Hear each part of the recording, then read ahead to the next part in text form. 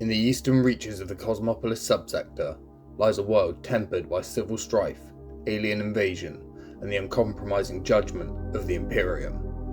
A world where war is measured in generations rather than years. Architects of stone and steel, of fortresses and faith, a culture carved into unity, a society reforged for survival, and a military brotherhood known across the sector as the Pillars of Iskareth. A world that constructed a subsector and now fights for its survival.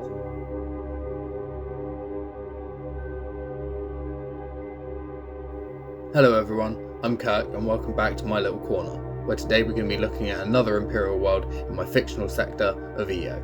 And I also have some kit bash meets to look at later on, so stay tuned for that. If you like this sort of stuff, then hit that like button, subscribe, share the content, and comment down below. With all that said and done, thank you very much for watching, and let's get into the lore.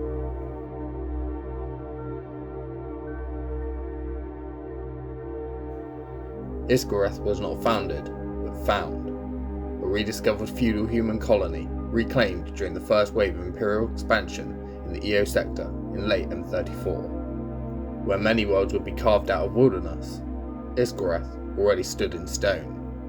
A warm, temperate world of high mountains, green rolling hills, fresh rivers, and salted oceans.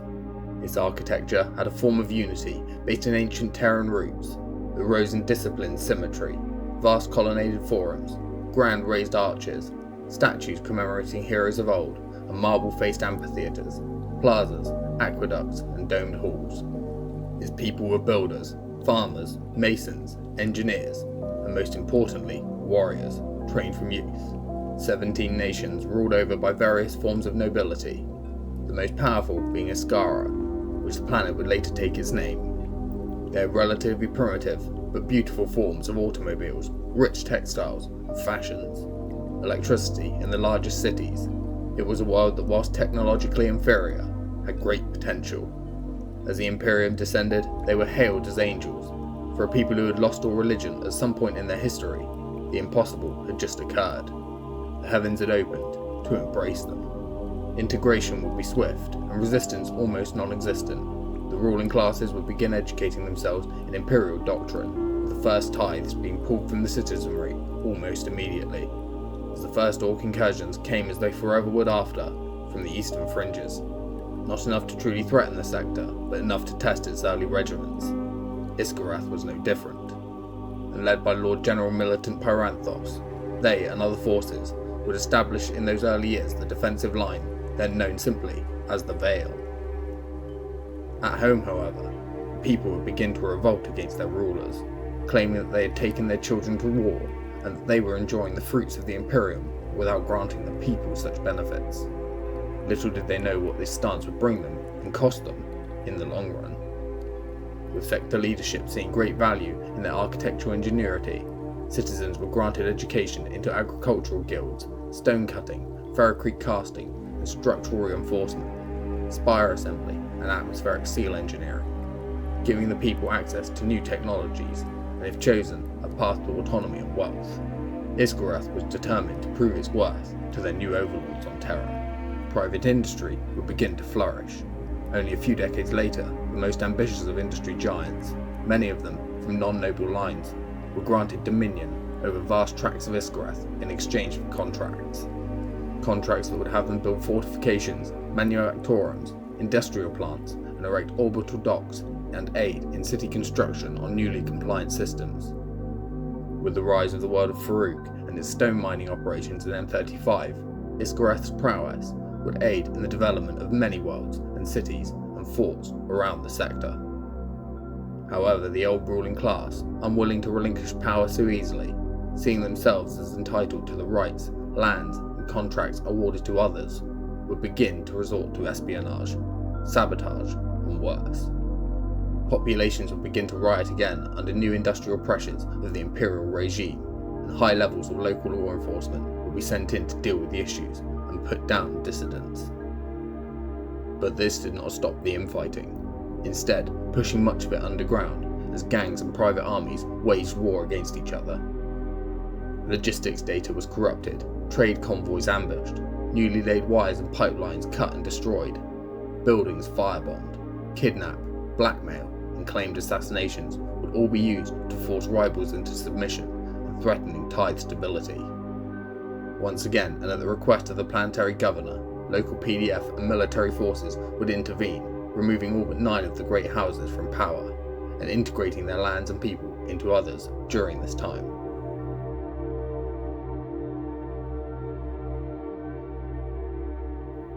If internal conflict was not enough, Urgash Skullcrumper descended upon the sector with ramshackle fleets.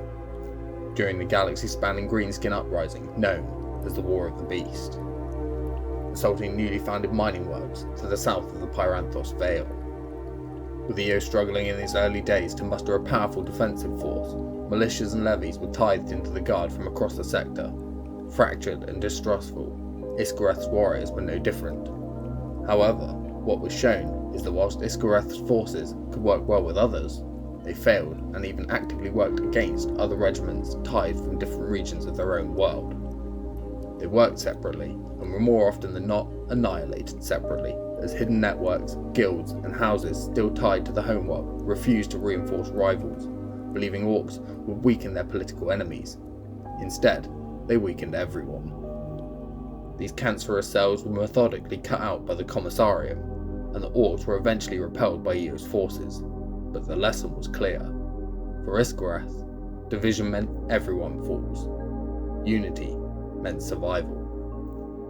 In the centuries to come, for those who made it off-world, this didn't seem to be an issue. Units and guild cadres were forged in cooperation with one another, and with oversight and expectations of external factors.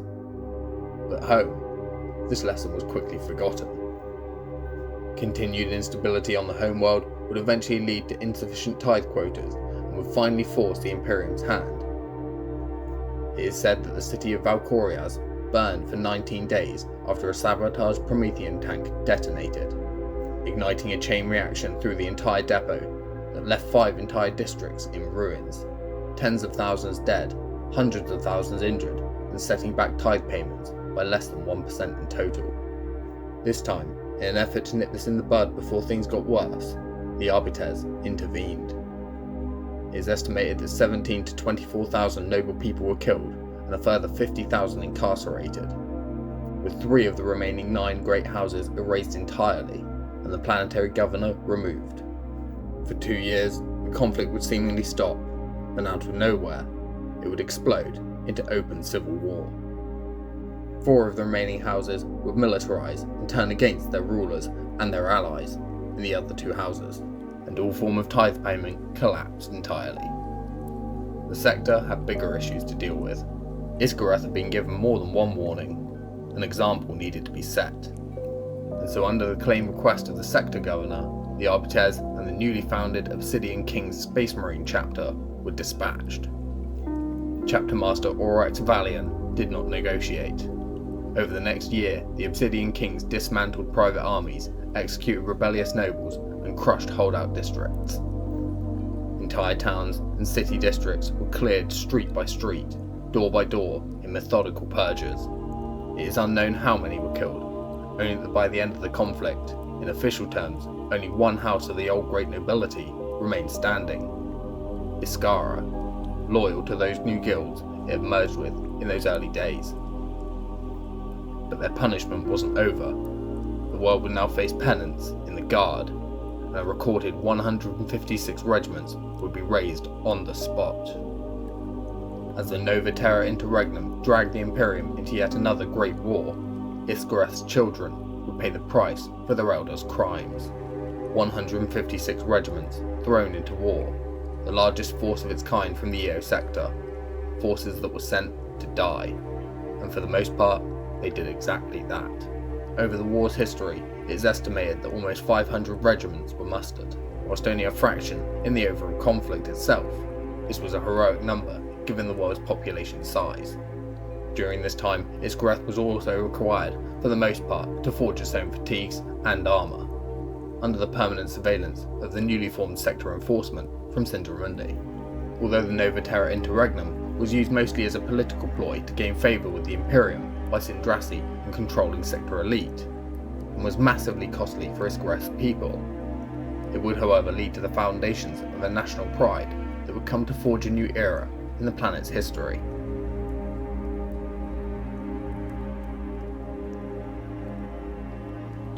During a period of political unrest and uncertainty by the Imperium in the wake of the war, came the blooming of the sector's local nebula, the Lilac Rose. An event that, with the help of random propaganda, would send shockwaves across the sector and beyond.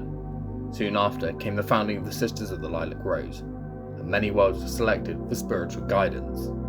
Iskareth was one such world. The sororitas were deployed in small groups across the world, and fostered a newfound pride in their people, preaching that it was no accident that the Rome had bloomed when it had. The Iskareth had paid the price in fire, just as they had, for it was the God Emperor's will, and his will stands strong like the Pillars of Iskareth. From that point forward, Iskareth was unified not merely under law, but under faith. A new planetary governor was appointed, and a new senate formed. The Sisters established a permanent presence, and the civil conflict ended. Discipline remained. Life on Iskareth became structured, austere, and deeply communal once again. As the city stabilized and even grew, the people would build monuments to the past. The new children of the world would grow up beneath towering statues of martyrs and commanders of the Nova Interregnum War. The influence of the Sisters of the Lilac Rose would permeate throughout society. Morning shift changes and manufactorums would begin with battle hymns. Shrines are built into hab corridors, and prayer is said upon awakening, before meals, and before bed. Workers carve devotional symbols and iconography into structures, and even the guard emulate the sisters in their colour of their battle gear. Honour was no longer measured in wealth, but in service. And as with the structures their people would build in the sector and beyond, endurance would be celebrated. They would face many more conflicts in time to come, but none would match what Iskareth and others would face during M40, when a neighbouring sector beyond the Lilac Rose Nebula would call for aid against a new threat, that of the Tyranid Hive.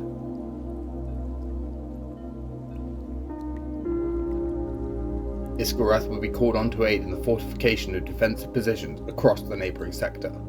Many times, it was then required to hold these positions for as long as possible, but the Great Devourer was unmatched, smashing through Imperial lines time and time again. Fortress after fortress, city after city, world after world, system after system. The Tyranids would lay waste and strip life from all. Unfortunately, despite the efforts of the Pillars and many others, Iskareth's fears would be all but confirmed when the neighbouring sector finally fell, its people fleeing and leaving naught but the nebula between Io and the teeth of devastation, and leaving the sector elites scrambling. Seeing an inevitable doom, Iskareth, under the command of Lord General Militant of the sector, would take drastic action and reforge its warriors. Unwilling to let the sector they built fall to the Xenos filth, they began gathering as much intelligence as possible on the Tyranid foe from the veterans of the battles that had just passed. Taking what they had learned and streamlining itself once again, Iskareth would prepare itself for war. They would drop the age of basic training from 15 standard years to 10, with drill being relentless. Focusing on fighting in close quarters, formation discipline is paramount. Cohorts practice advancing in long lines or dense shield blocks for hours, locking and interlocking tower shields and using short combat swords while auto-stubber teams maneuver behind them. Breaking formation without order results in immediate disciplinary action. Even senators have signed up to drive inspiration and can be found side by side with the common folk in the shield wall. With the decimation of Typhon and the splinter fleets reaching Violet and Barioth, making landfall, Iskareth would not gloat in its arrogance and its foresight. Instead, it would see an opportunity and evolve its training program further. Instead of sending regiments to Eterna Majoris for their final trial by fire, it would begin to send highly trained kill teams into the jungles of Violet and the rocks and dunes of Barioth to hunt down live Tyranid targets. At home, armour would be outfitted to be thicker and more robust. Shield formations would begin to include a form of throwable explosive-tipped spear and bolt pistols, giving them more tactical flexibility.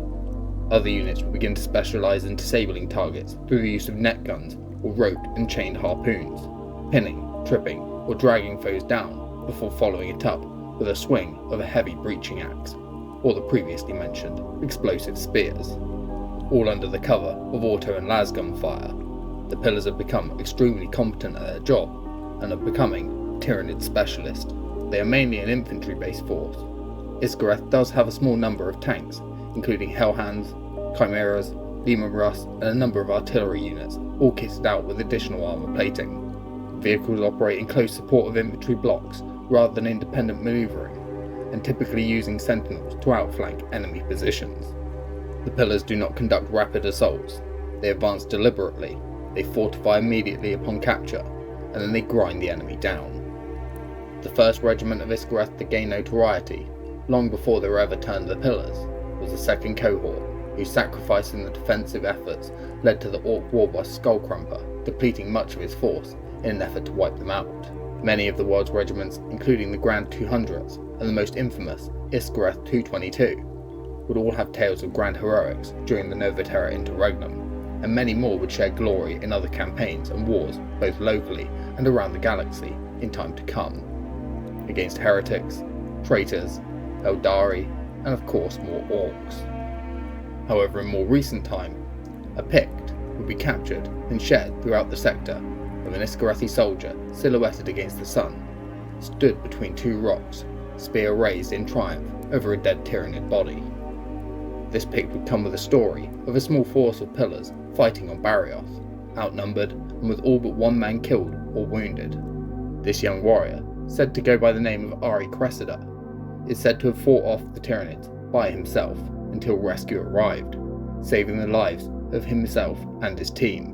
On a claimed Vox recording of the event, a voice, presumed to be the injured squad sergeant, is heard inspirationally and repeatedly calling out to his battle-focused comrade, "Hold, Cressida! Hold them off! That's my boy! Hold, Cressida!" as the young man desperately fought on. The phrase, "Hold, Cressida, hold," has now spread like wildfire through the sector, some finding it amusing, others as inspiration. Either way, it has become synonymous with impossible defence.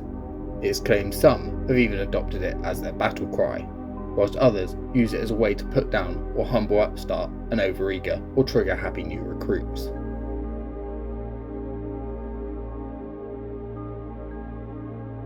The turning of a new millennium has brought the turning of the tides for the EO sector. Orcs to the east, the warp blocking trade routes, and the Tyranids slithering at the edges of the Lilac Rose has put the region on the back foot. That is all without mentioning internal conflict. But for most of the general populace of the sector, life continues and ignorance prospers. The elite know better. EO's time has come. This is its reckoning. Iskareth's planetary governor herself has declared that no inch of sector space will fall without resistance measured in blood by the Pillars of Iskareth. And so they prepare. They have faced themselves. They have faced orcs. They have faced heresy. They have faced the Great Devourer. Now they will fight to put them down.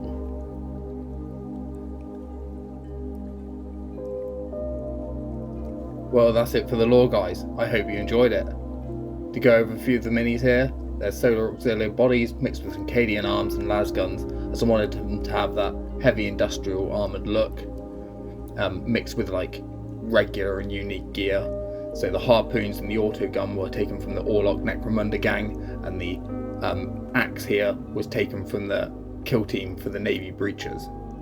So the harpoon guy would like take down a large unit, and the net guys would take down smaller guys.